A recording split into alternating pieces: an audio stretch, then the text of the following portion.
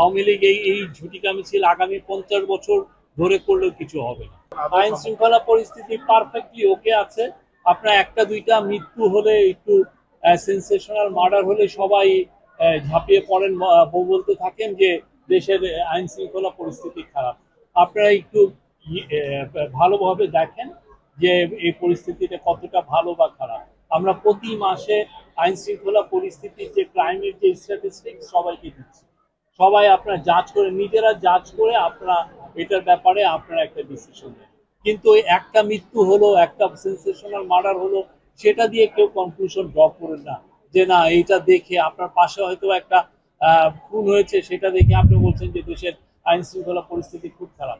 আমরা মনে করি দেশের আইন শৃঙ্খলা পরিস্থিতি স্টেবল আছে, পুলিশ খুব ভালোভাবে কাজ করছে, অন্যান্য আইন শৃঙ্খলা বাহিনী খুব ভালোভাবে করছে। এবং পুলিশ গতকাল না পরশুদিন একটা স্ট্যাটিস্টিক দিল যে ইভেন পলিটিক্যাল যে ভায়োলেন্স যেটা হচ্ছিল সেইটাও কিন্তু অক্টোবর মাসে যথেষ্ট কম আছে। এটা বিচ্ছিন্ন মিছিল না, এটা ওই যে আমাদের একজন পুলিশ অফিসার বলেছেন যে এটা ওই যে 30 সেকেন্ডের জন্য একটু দাঁড়িয়ে একটা ভিডিও নিয়ে চলে যান। এগুলো নেওয়ার মূল কারণ হচ্ছে যে আওয়ামী লীগের তো অনেক টাকা বাংলাদেশের চুরি করে নিয়ে গেছেন, অনেক ডলার, বিলিয়ন ডলার নিয়ে গেছেন, ওই ডলারও তারা খরচ করছেন। এখন যে কেউ একটু অর্গানাইজ হয়ে একটু ঝটিকা মিছিল করলেই সে হয়তোবা তার অ্যাকাউন্টে কিছু ডলার এসে পড়ে। হ্যাঁ, সেই জন্য এখানে অনেকেই জায়গায় আমরা ঝটিকা মিছিল করছি। আওয়ামী লীগ এই ঝটিকা মিছিল আগামী 50 বছর ধরে করলেও কিছু হবে না। অবৈধ অস্ত্রের জন্য যথেষ্ট কাজ হচ্ছে। গত সপ্তাহেও তো এই সপ্তাহের প্রথম দিকেও তো আপনারা দেখেছেন যে টানা তৃতীয়বার অর্জন করেছে দেশের সেরা সুপার ব্র্যান্ড স্বীকৃতি বসুন্ধরা টিস্যু।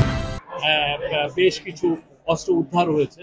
এই অস্ত্র উদ্ধারের বিষয়ে আমাদের চিফ অ্যাডভাইজারও নির্দেশনা দিয়েছেন এই কাজটা যেন খুব আরো জোর পায়, সজোরে চলে এবং এই কাজটা সবাই ভালোভাবে করে। আইন কোনো করে থাকেন অবশ্যই সেটা আইন প্রয়োগকারী সংস্থাগুলো দেখবেন। বাট অনেকে তো আমরা জানি সেই আওয়ামী লীগের 15 বছরে আমরা দেখেছি তো অনেকে তো অনেক ধরনের দালালি করে অনেক কিছু তারা অর্জন হয়েছে। আপনি কেউ ধরেন পূর্বাঞ্চলে 10 কাঠা জায়গা পেয়েছেন বা 10%, এখন সে সারা জীবনে হয়তো 1 কোটি টাকা কামাতো না, একটা পূর্বাঞ্চলের একটা প্লট এসে দেখা যাচ্ছে ওইটা বিক্রি করে 10 কোটি টাকা কামিয়ে ফেলেছে। তো তার তো কেউ হয়তো বা 7 কাঠার প্লট পেয়েছে, সেটা বিক্রি করে 7 কোটি টাকা কামিয়ে ফেলেছে, ছেলে মেয়েকে বিদেশে পাঠাচ্ছে। তো এরা তো হাসিনার প্রতি তার যে লয়্যালটি সেটা থাকবেই। এখন